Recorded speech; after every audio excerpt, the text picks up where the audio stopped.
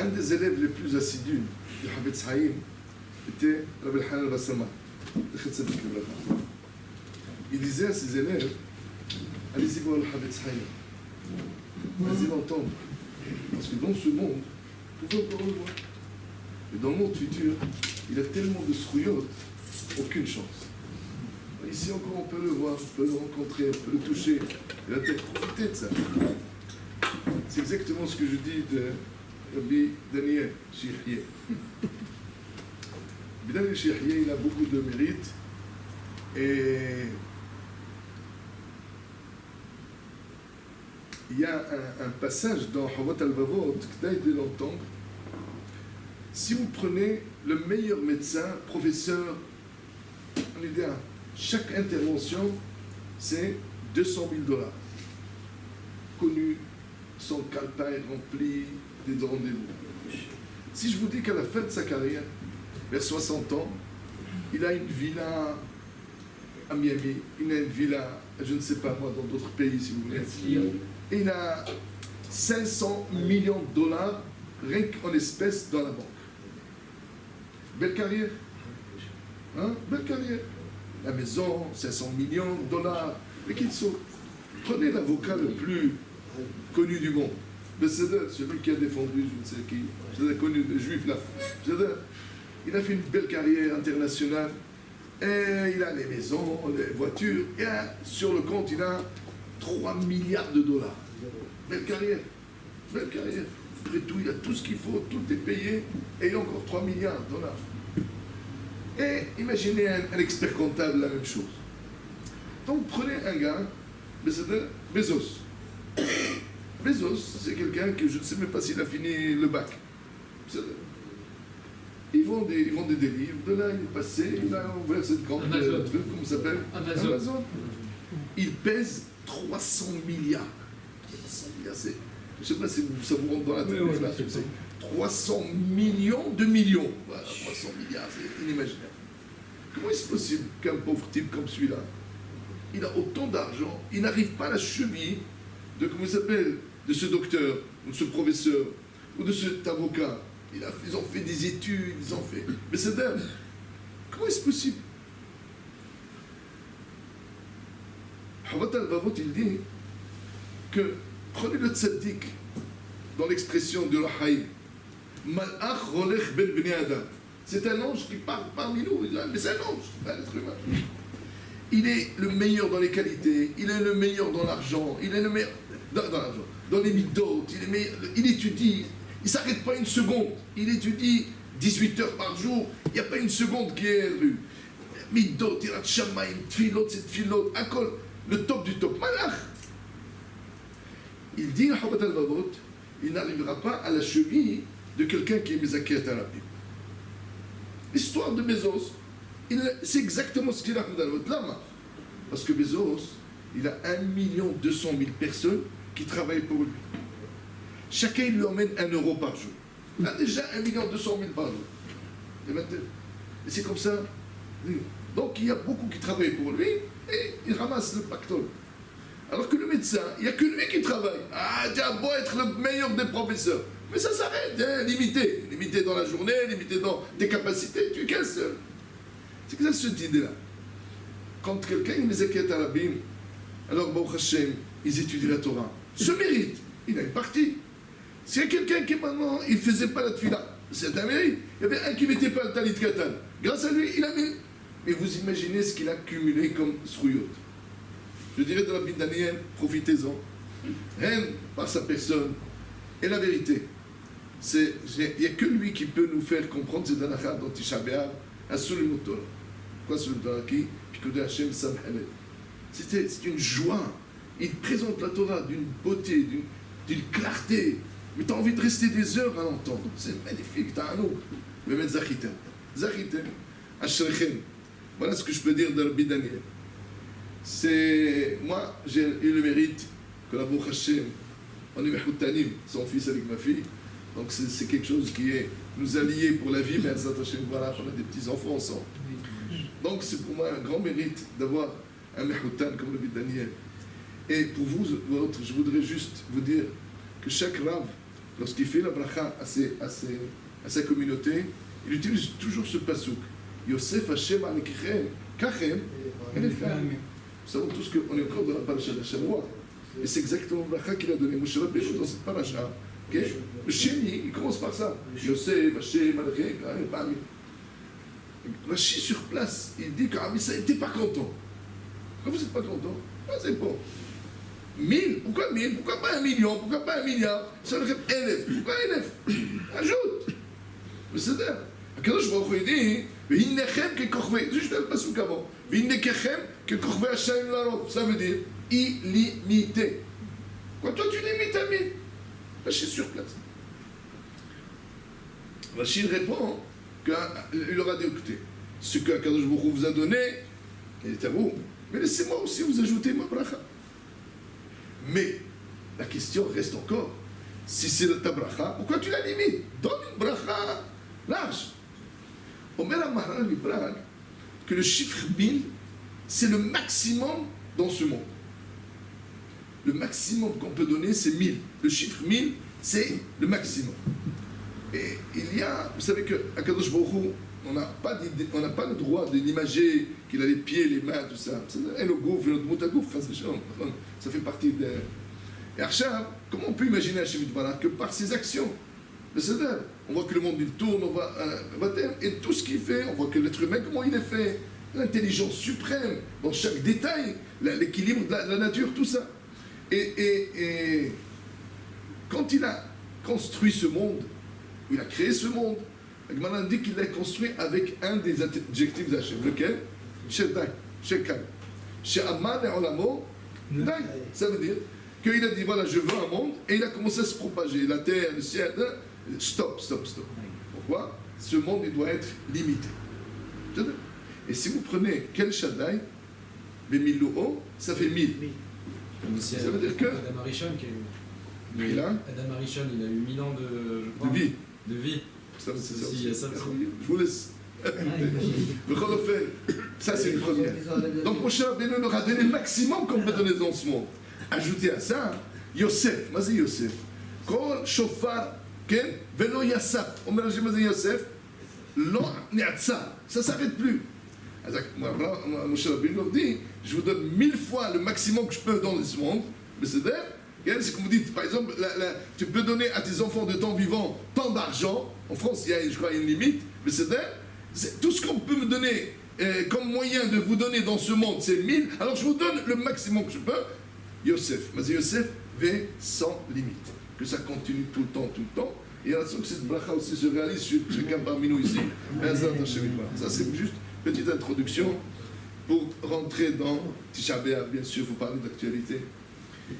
Il y a Yerushalmi, je ne sais pas pourquoi tout le monde le défend. Yerushalmi, il dit, je vous pose la question différemment. Si jamais le Beit HaMikdash était construit de nos jours, est-ce qu'il aurait pu rester ou il serait détruit?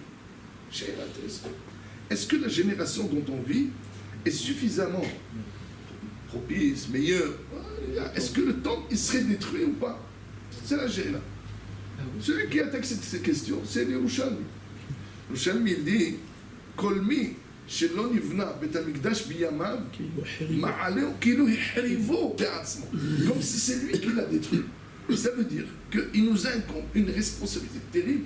Le fait même qu'il n'est pas construit, ça, il nous a imputé la responsabilité. Nous avons détruit. Ça veut dire que s'il était de nos jours, il serait détruit. La preuve, c'est qu'il n'a pas été reconstruit. Sinon la veille. Et la question est, comment faire pour essayer de rétablir? Parce que combien ça va durer? À cette année-là, ça fait 1956 ans depuis la destruction du Temple. C'est 2000 ans.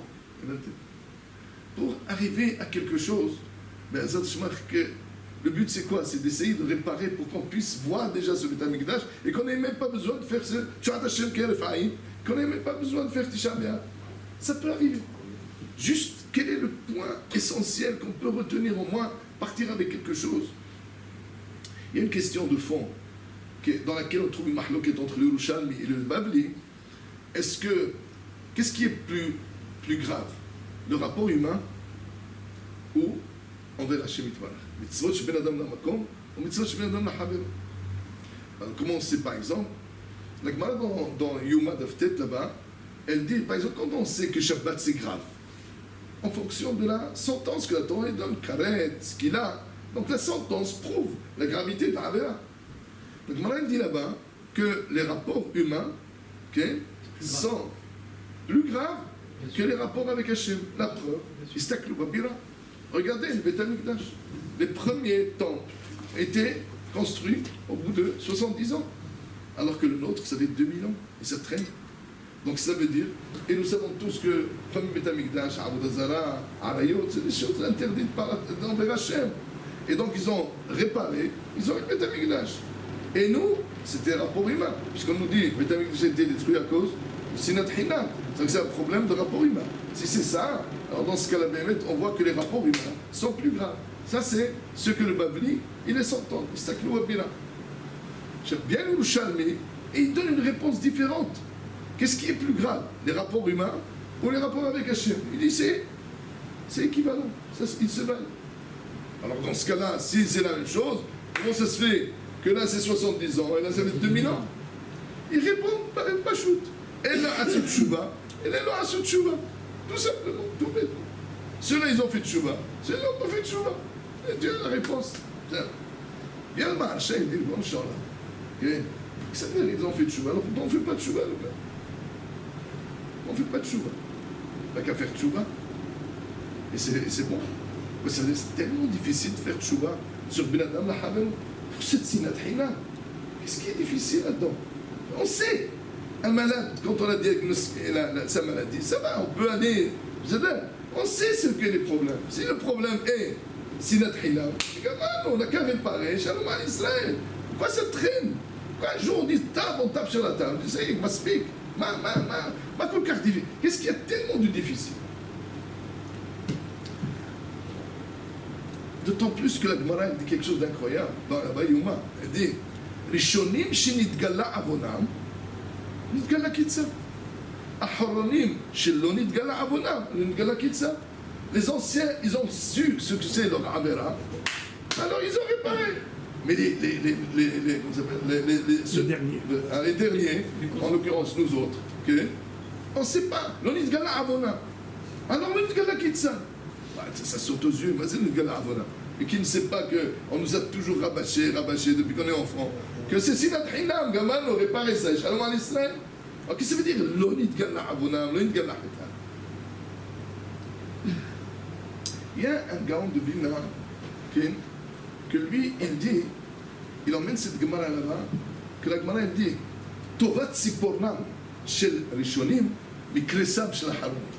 Elle est préférable, ils sont préférables, les ongles des premiers, que le ventre des derniers. Et il explique qu'en réalité, la faute des anciens était une faute extérieure à eux. Quelque chose qui est extérieur, on peut vite s'en débarrasser. Les derniers, leur faute est à l'intérieur. Qu'est-ce que ça veut dire elle est à l'intérieur? Qu'est-ce que ça veut dire cette idée que la faute des derniers est à l'intérieur? Il y a une Gemara sur laquelle je donne 1000 € à celui qui répond. La Gemara elle dit comme ça. Les Shonim, pourquoi ils ont été rejetés du Tamik d'Ashnim? Parce qu'ils ont fait Avodah Zarah, Gina Harot, Shmukot Damim. Les 3 Averot, ils ont fait. Très bien. Aharonim, ils vont dire, on ne comprend pas. Hayoskim Batora, Daf Yomi dans chaque coin de rue. Mais mitzvot, tfilot, partout. Kibinut Hasadim. Il y a de Sarah, Hasdi Naomi, Hassan, partout. Rien que tu prends, il y a Yedidi, mais qu'est-ce qu'il n'y a pas? Hassan, à non plus fini. Et bon, à tel point qu'ils se demandent, la main Avda Aretz, qu'est-ce qui manque? Il y a l'étude de la Torah, il y a tout. Comment est-ce possible de cohabiter? La question est là. Comment est-ce possible de cohabiter Gmilut Hasadim avec Sinat Hina? Impossible. Quand la Gemara dit qu'ils ont été Gomet Hasadim, ça veut dire c'était facile. Alors comment cohabiter en même temps Gmilut Hasadim avec זה מה שאומרים חכמים. אומרים que à l'intérieur, c'était Sinat Hina. À l'extérieur, c'était Gmilut Hasadim. Ce qui veut dire je vais aller au mariage de ton fils. La vérité, je suis jaloux. Tu as réussi à faire un mariage avec une famille exceptionnelle. Il ne le montre pas. Moi, j'ai des enfants que je n'ai pas mariés encore. Mais écoute, si je veux que demain ils viennent dans ma mariage, il faut que j'aille. Tout est calcul. Tout est calcul. Je vais te...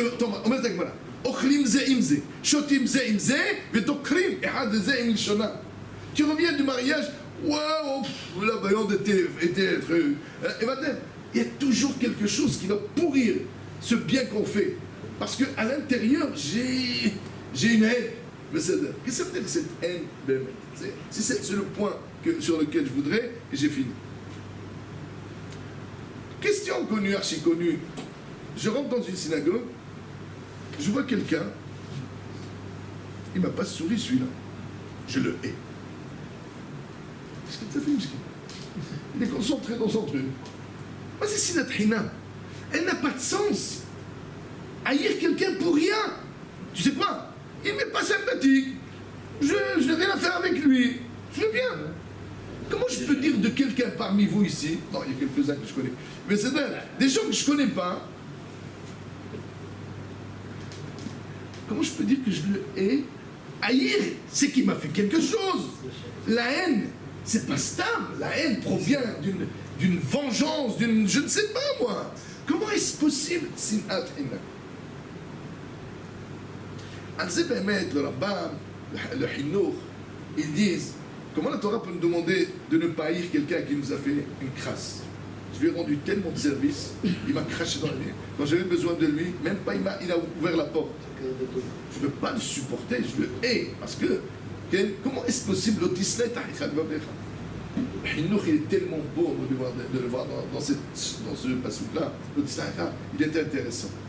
Il dit, nous savons tous que parmi les articles de la foi, c'est de croire que tout ce qui nous arrive, même une feuille qui tombe de l'arbre, c'est Akadosh Baruch Hu. Ça, c'est quelque chose qu'on doit croire. Je suis rentré, quelqu'un m'a mal parlé. Je vais aller à la banque, il me dit, monsieur, j'ai pas besoin. Et... Alors, pourquoi il est arrivé ce qui est arrivé? C'est là-haut. Il a été gozel pour tes avérots qu'on va mal te parler. Ou bien tu as parlé de quelqu'un de mal, il veut te réparer dans ce monde. C'est nos fautes qui ont fait que les gens ils nous parlent mal. Mais c'est l'argent qui s'est tombé. Oh, alors, stop. C'est Mina Shamaï. On a perdu le réflexe de dire que Kolbi des Shamaï. Il dit le gars de Vilna, il faut chier Emouna, en sinat hinam. Si quelqu'un il est vraiment, vraiment ma'amin b'Hashem, jamais, jamais, il rouspètera sur n'importe quoi.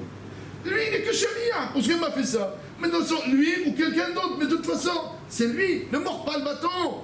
C'est pas le bâton, c'est Hachem. On n'a pas encore ce réflexe. À l'intérieur, on s'attribue encore les choses. Je peux encore intervenir, je peux lui faire comme ça. Allô. Akadosh Baruch Hu, dans le Mada Abdelrahmana, moi je vais aller, il me donne pas. Merci beaucoup monsieur, malgré votre refus, merci beaucoup. Parce que c'est pas vous qui avez refusé. C'est Akadosh Baruch Hu qui lui a mis ces mots dans sa bouche. Et si on a vécu, c'est ça le problème. Le problème, c'est que Sinat Hinam, pourquoi? Parce que n'importe quel Sinat, c'est Hinam, pourquoi? C'est pas lui. C'est Akadosh Baruch Hu. Si c'est Akadosh Baruch Hu, pourquoi tu l'en veux à lui? Lui, il n'est que le bâton, il n'est que Shalia. Si c'est pas lui, c'est un autre. Après, Hachem, il rigole assez content avec lui. Mais il n'est pour rien. On a perdu cette notion. Mais c'est Zapchat, les Shonim, les premiers, ils avaient une émouna shlema, malgré tout ce qu'ils faisaient. Tout ce qu'ils faisaient, c'était extérieur. Mais à l'intérieur, ils avaient une émouna. C'est pour ça qu'elle a vite pris le dessus. Et ils ont jeté ce qu'il fallait. On a réparé. Nous, on n'a jamais réparé cette faute qui est de ce... On étudie la Torah, on prie, on a shiuri, on a tout ce qu'il faut. Mais ça reste superficiel. Notre hasadim, Torah, superficiel. Il dit le Gaon de Vilna, à tort, l'intérieur est pourri, la main. Parce qu'il manque la émouna. Shiviti Hashem, Ekdamit, c'est Klal Gadol Batorah. Avoir Hachem dans chaque instant de sa vie, c'est quelque chose qu'on a perdu. Le seul moyen de réhabiliter tout, que je vous revienne, et qu'on l'introduit dans notre vie au quotidien, le jour où on rentre ça, il n'y a plus de sinat hinna, il n'y a plus, je n'en veux à personne. Aïn Tova, le Seigneur. Bon, Hachem, chaque jour, il t'aime, non. Si là, c'est que Hachem, il veut lui donner. Et je termine avec l'histoire de Havetz Haïm. Havetz Haïm, en face de chez lui, habitait un monsieur. Alors, on va le classer. Racha, ben, Halil Shabbat, je ne sais pas si Mouche Kacha, mais qu'est-ce que Racha, connu dans la ville. Mais il avait une villa, une Porsche, il avait les vacances, sa femme avec les bijoux, milliardaire. La femme de Havetz Haïm lui dit, Rabbi, Racha, celui-là, regarde combien d'argent il a. Le Havetz Haïm dit, ouais, tu veux que même Olam Hazé n'a pas. Puissance de Dieu. Merci infiniment. ברוך תהיה, איזה יופי, ברוך השם, heureusement qu'on est resté écouter ces דברי אלוקים חיים. בעזרת השם, on adresse des souhaits de Baruch Haba Rabbi David et on lui souhaite une très belle aliyah en temps et en heure. Ari Alami Babel, Baruch Hashem, c'est une force extraordinaire pour Eretz Israël qui arrive se rajouter dans la dynamique qui est déjà établie, mais un gadol pareil, ça va décupler de manière exponentielle Imertse Hashem, la Kedusha et la Torah en Eretz Israël.